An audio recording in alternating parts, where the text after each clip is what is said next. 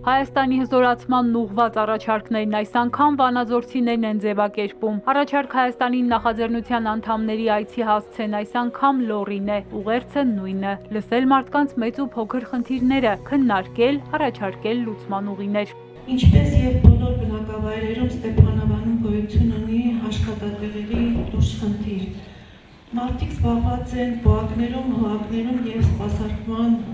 ոլորտում։ Շատ կարևոր է, որ կարողանաք դուք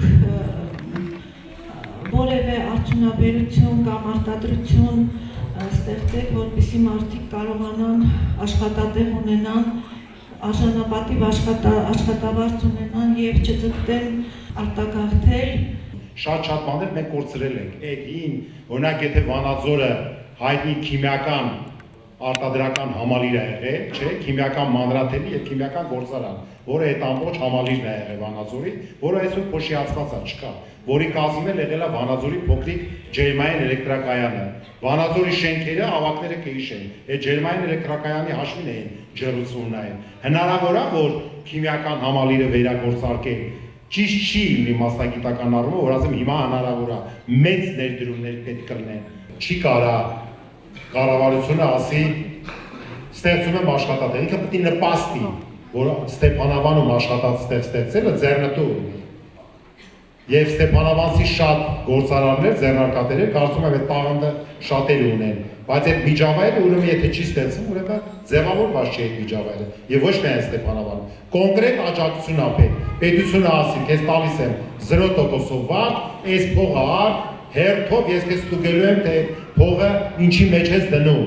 Ես 6-րդ գումարման պարլամենտում արդյունաբերական քաղաքականության մասին օրենքի հեղինակն եմ։ Մայր օրենք, որ 0-ից է։ Օրենքների 99%-ը գործող օրենքների մեջ փոփոխություններն են։ Այդ օրենքը ինչ եմ ասել։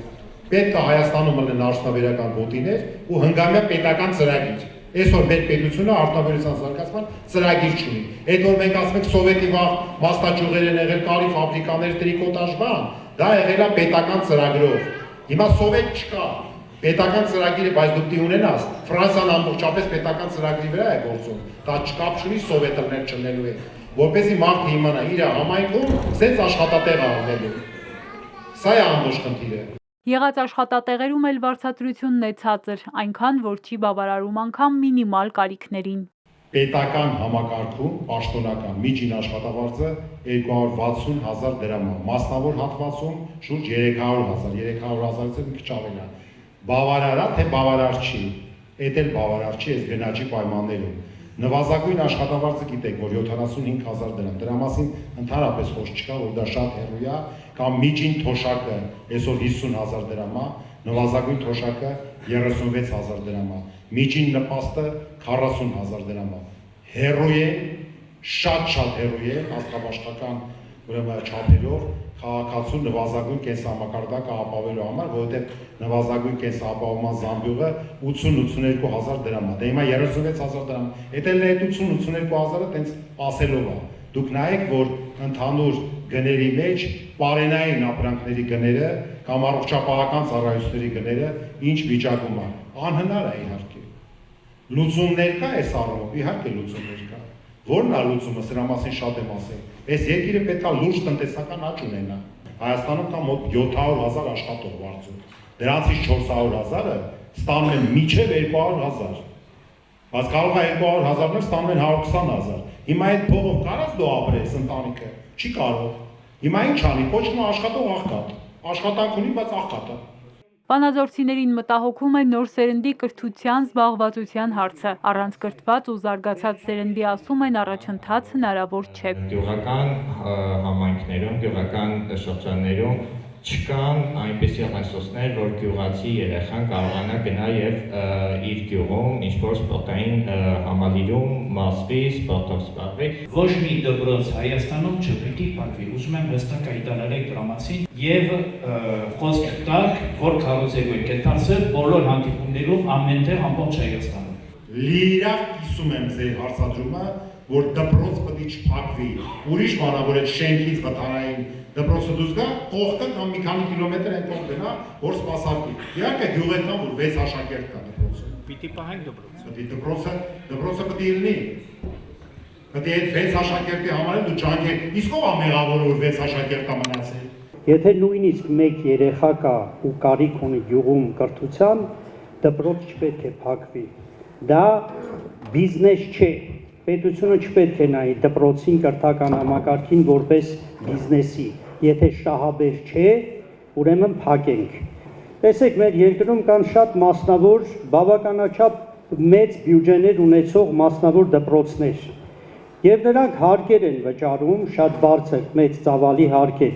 Ինչ է դժվար է վերաբաշխել այդ գումարները ուղղակի սուբսիդավորելով այն դպրոցների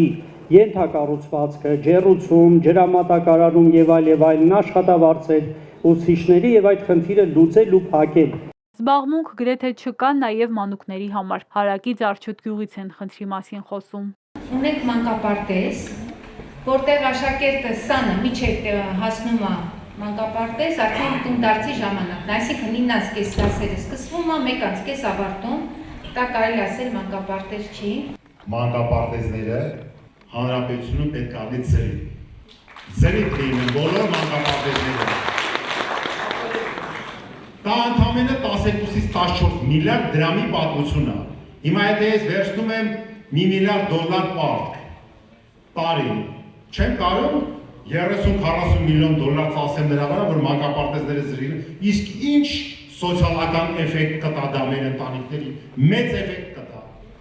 Առօրյա հոգսերից զատ կարևոր է նաև ժողովրդի հոգեբանական վիճակը, հատկապես պատերազմից հետո։ Այս հարցն էլ չեն շրջանցում Վանաձորում։ Ինչպես են մարդիկ ապրում սահմանամերձ գյուղերում, թշնամուց մի քանի մետր այս կողմ տեսել ու ազդվել էր վանաձորցի երիտասարդներից մեկը։ Պատերազմի ժամանակ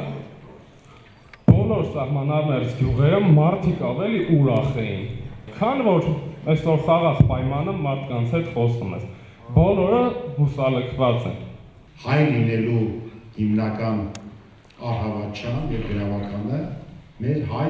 ինքնության պահպանումն է։ Ամեն մարդ զուգահեռ մտածում է, որ այդ արժեքները կրելով ինքը պետք է երջանիկ լինի։